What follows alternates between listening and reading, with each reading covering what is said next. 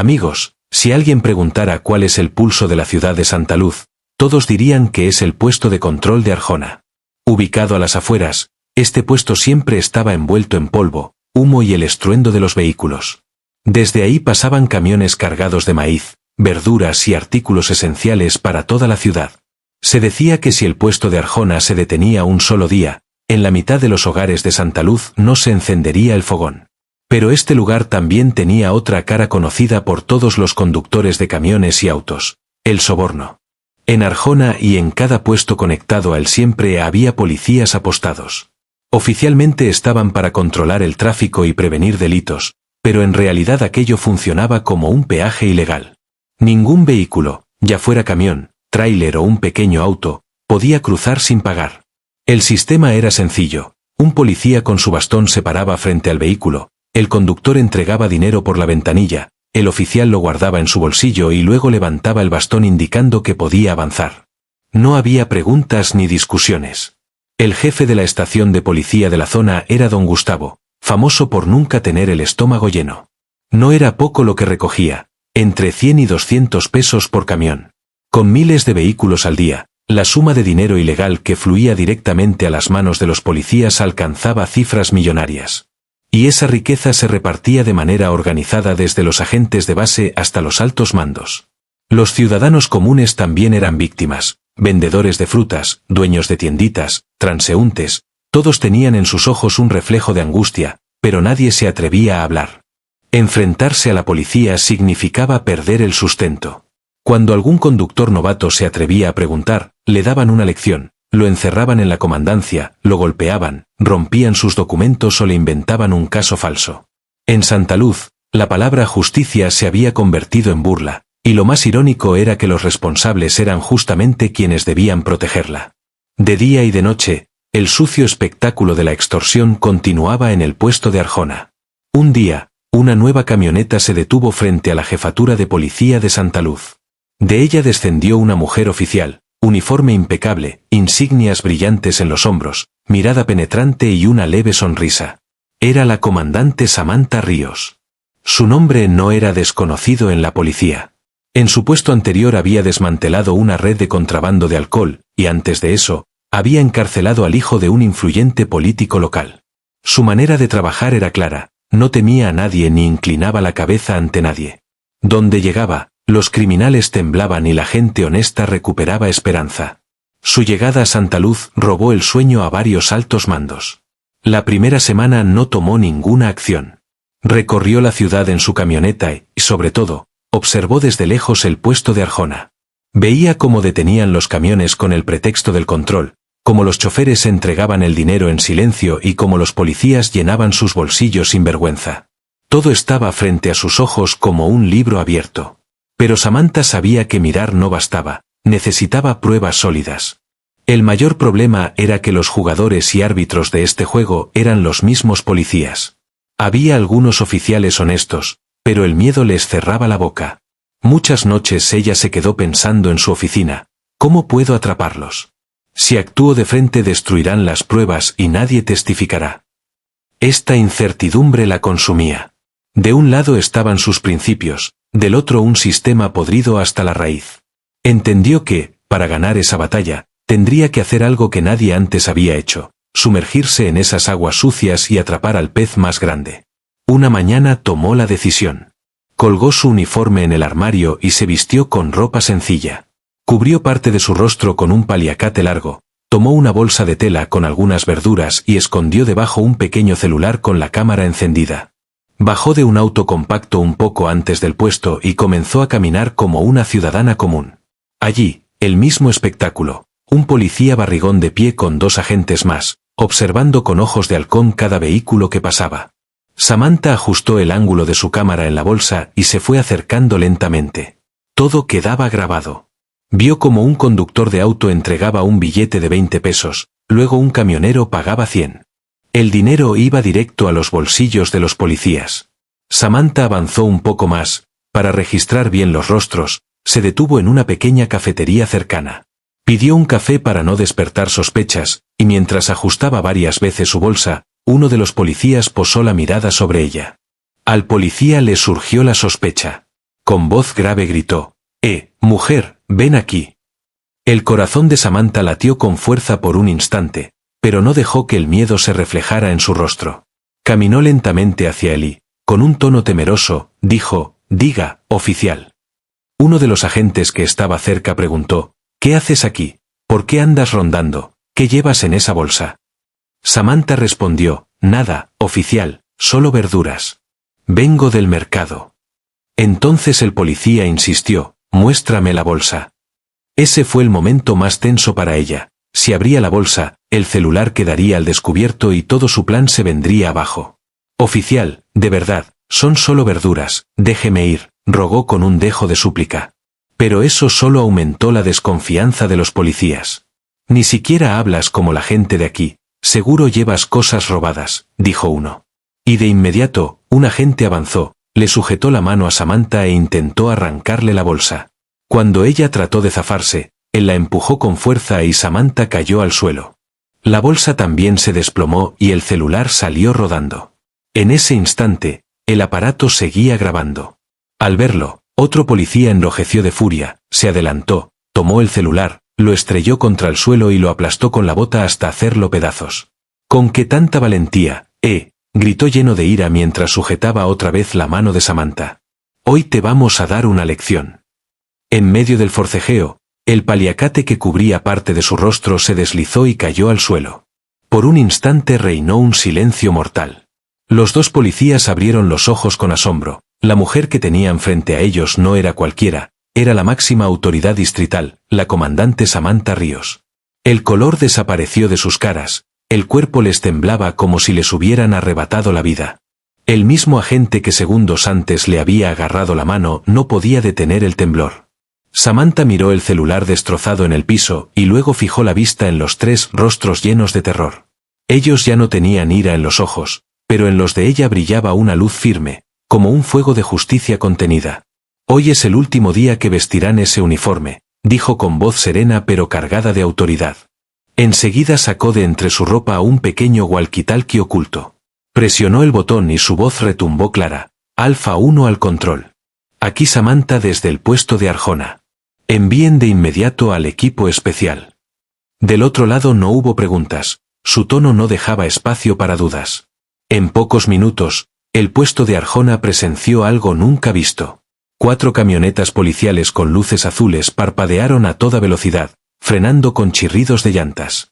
De ellas descendieron miembros del equipo especial, vestidos de negro, con armas automáticas, que rodearon el lugar en segundos. El inspector Andrés, jefe del escuadrón, corrió hacia Samantha. «Arresten a estos hombres», ordenó ella. «Y también a todos los policías de turno en este puesto. Nadie debe escapar». Andrés no perdió ni un segundo. El equipo actuó de inmediato.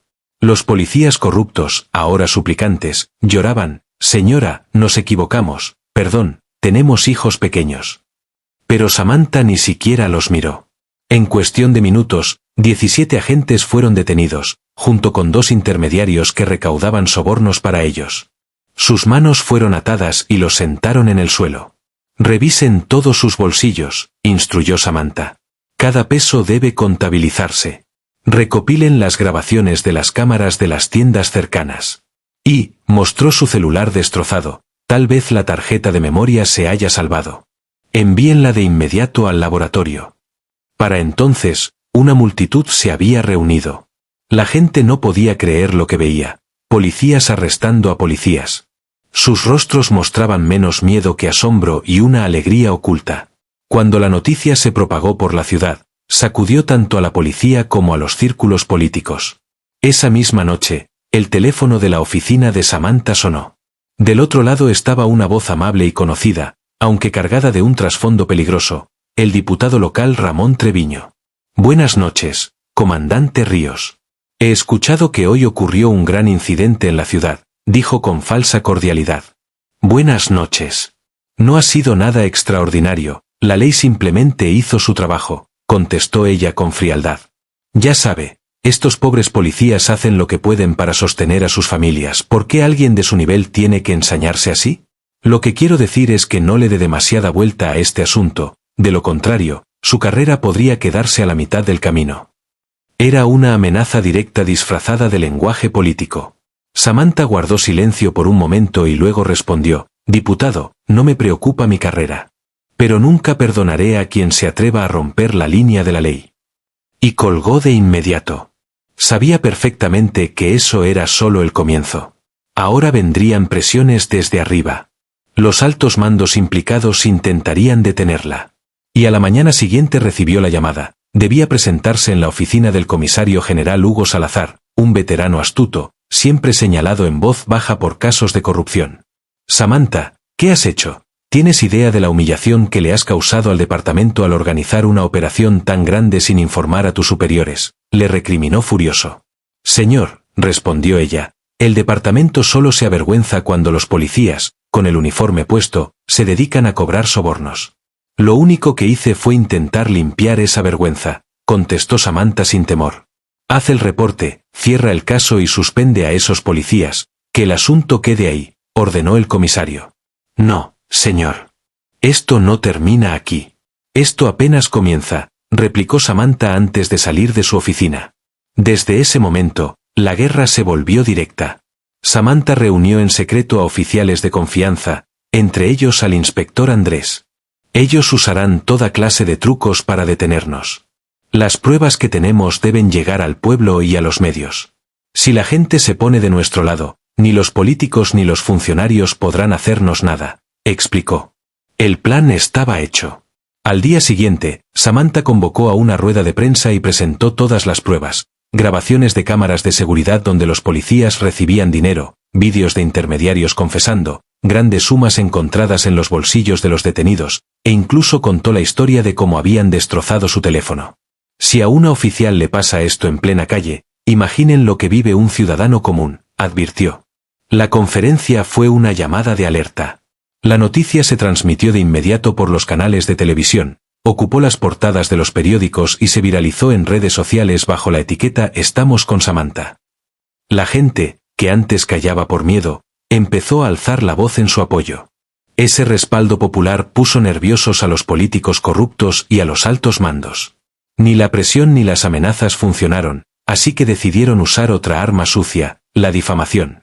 Durante los días siguientes, algunos diarios locales y portales publicaron historias falsas contra Samantha.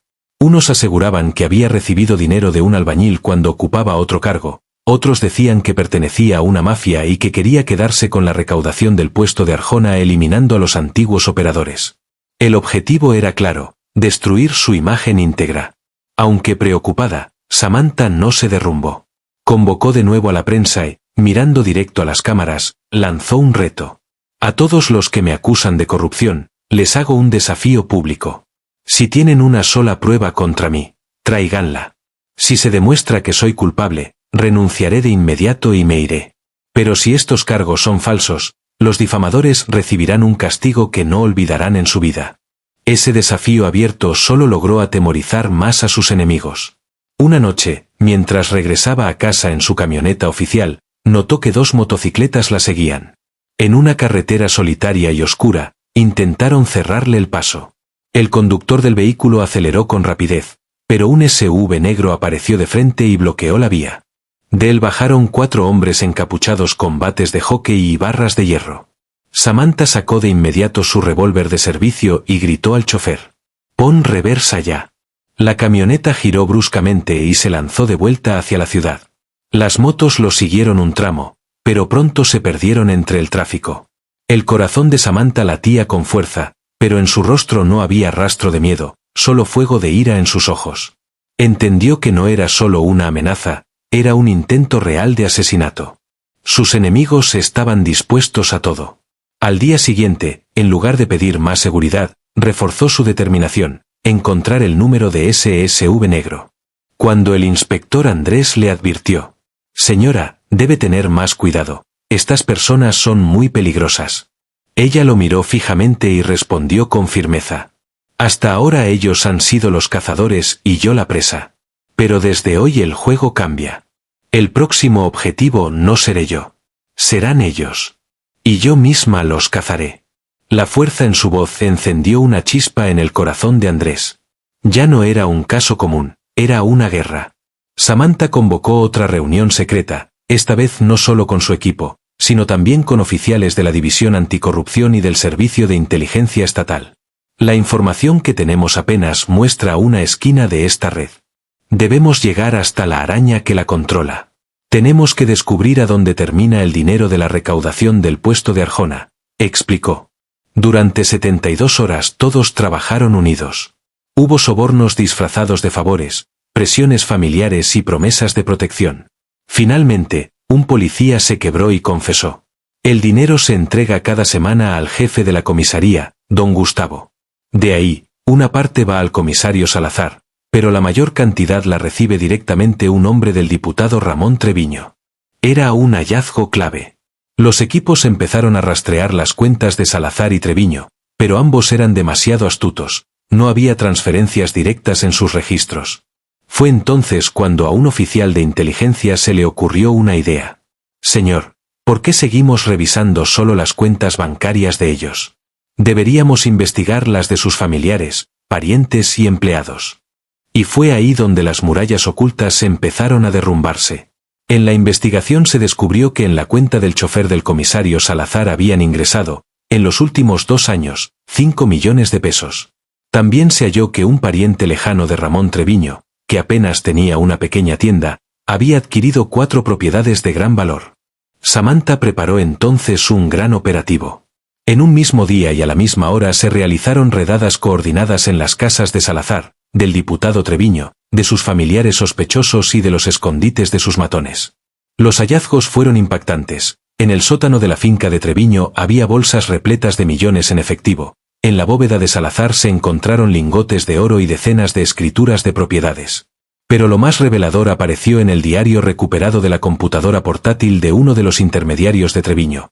Un registro detallado no solo de la recaudación del puesto de Arjona, sino de muchos municipios de todo el estado.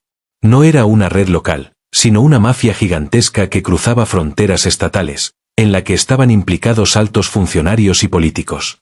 Cuando la noticia de las redadas y sus resultados se difundió, todo el estado, tanto en lo político como en lo policial, se sacudió. Desde entonces, los enemigos de Samantha no estaban solo en Arjona, sino en todas partes. Una noche, mientras trabajaba en su oficina, hubo disparos frente a la comisaría. Las balas impactaron en los muros. El mensaje era claro: no está segura en ningún lado. Al día siguiente ocurrió lo mismo frente a su casa oficial. Samantha envió a su familia a un lugar seguro lejos de la ciudad y se quedó a vivir en la comisaría, día y noche, junto a su equipo. Pero el ataque más ruin llegó cuando decidieron atentar contra el inspector Andrés, su hombre de confianza. Mientras regresaba de una investigación fuera de la ciudad, varios coches rodearon su vehículo y lo secuestraron. La noticia dejó a Samantha paralizada. No era solo un golpe profesional, era un ataque personal. Andrés no era un oficial más, era su compañero leal desde el primer día de la lucha. Una tormenta de ira y culpa la invadió. Todo esto es por mi culpa, se repetía. Pero no había tiempo para hundirse en la tristeza. Reunió a su equipo central. Quieren matar a Andrés para enviarnos un mensaje, para obligarnos a retroceder. Pero no lo harán. Lo vamos a traer de vuelta, vivo. Con ayuda de la División Criminal y de Inteligencia rastrearon la última ubicación del móvil de Andrés, una vieja fábrica abandonada en las afueras. Samantha decidió encabezar ella misma el operativo de rescate, aunque sabía que dentro habría decenas de hombres armados. Esa noche, en la oscuridad, rodearon la fábrica. Cortaron la electricidad, lanzaron granadas de humo y en medio de la confusión irrumpieron. Hubo un feroz tiroteo, pero el entrenamiento superior de su equipo se impuso y uno a uno los matones fueron cayendo. En una sala oscura encontraron a Andrés atado a una silla, golpeado pero vivo. Samantha le puso la mano en el hombro. Te lo dije, iba a traerte de vuelta. Los ojos de Andrés se llenaron de lágrimas, no de dolor, sino de orgullo. El secuestro y rescate de Andrés marcó un punto de no retorno. Samantha comprendió que el verdadero jefe de la red, hasta entonces oculto, había salido a jugar abiertamente, el propio diputado Ramón Treviño.